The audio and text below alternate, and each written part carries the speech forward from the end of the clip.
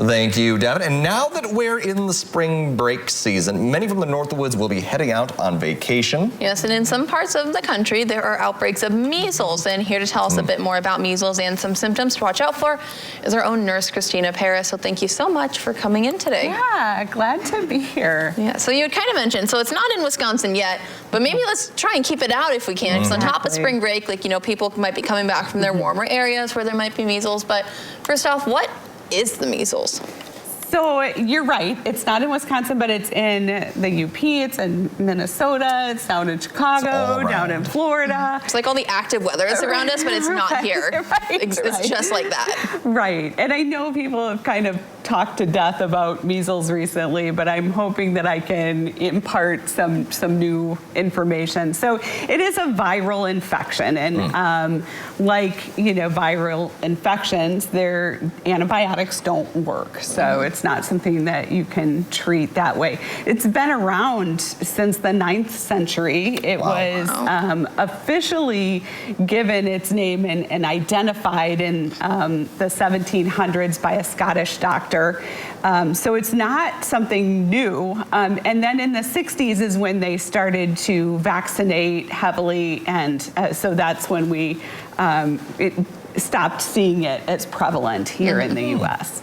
So what are some of the symptoms for people, you know, who think they might have the measles? So you're gonna have like weepy eyes. So it may seem like you have pink eye, but maybe not the crust. It's just your eyes will water quite a bit.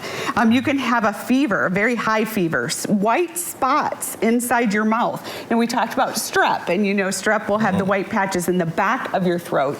These will be kind of white spots on your mouth. You'll sneeze, cough. You're gonna have a rash, more on the torso, like on your body, but it can go on the arms and stuff. These are very similar though to other things. You know, we see spots when we talk about chickenpox, or, you know, scarlet fever can have some spots, and scarlet fever will also have things in your mouth. So if anything looks unusual with your child, the high fevers, the spots, things like that, the sore throats, you want to go in and get it checked out.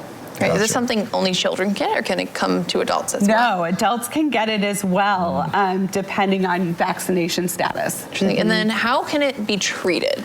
Yeah, so vaccines are the best way. Really, prevention is the best way to treat it. And you know, we have vaccines. They say that 3 out of 100 people who are vaccinated could still get the measles. If you've had your 2 vaccinations, which it's 2 doses, you get the first one between 12 months and 15 months, and then you get your second one between, you know, your kindergarten, your pre-kindergarten vaccines, you'll get your second MMR. There is no vaccine that's specific to just measles. It's got measles, mumps, rubella. It's a three you know, infection vaccination. Now, if you were born before 1957, they just assume that you got sick, so you probably have that natural immunity to it. And there's a small amount of people between 1963 and 67 who got a killed virus, so it wasn't. You may not be as protected as you thought, but that's a small chance. And adults, so you all probably got your vaccines. I know Devin and I have had this conversation, and if you were vaccinated as a child, you don't need to be revaccinated. The only time is if, you know, there was this huge outbreak here in Rhineland or Minocqua or somewhere in the Northwoods, and the health department thought that it would be more advantageous to give a one-time booster. People who travel overseas to places that have a lot of measles might get a one-time booster, but that's it. So otherwise, it's just treating symptoms. Go see your doctor and make sure that you get vaccinated or know your vaccination status. Well, that's certainly good information to know, you know, even if, you know, again, we're safe for now, but, you know, with the spring break, like you said, and people traveling around, it's, you know, certain probably to leak into the state one way or another. But it's good to know that we can do something about it, and a lot of us are protected. Absolutely, yeah.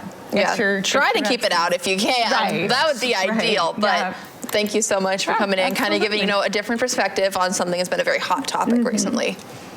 And coming up, we have what's trending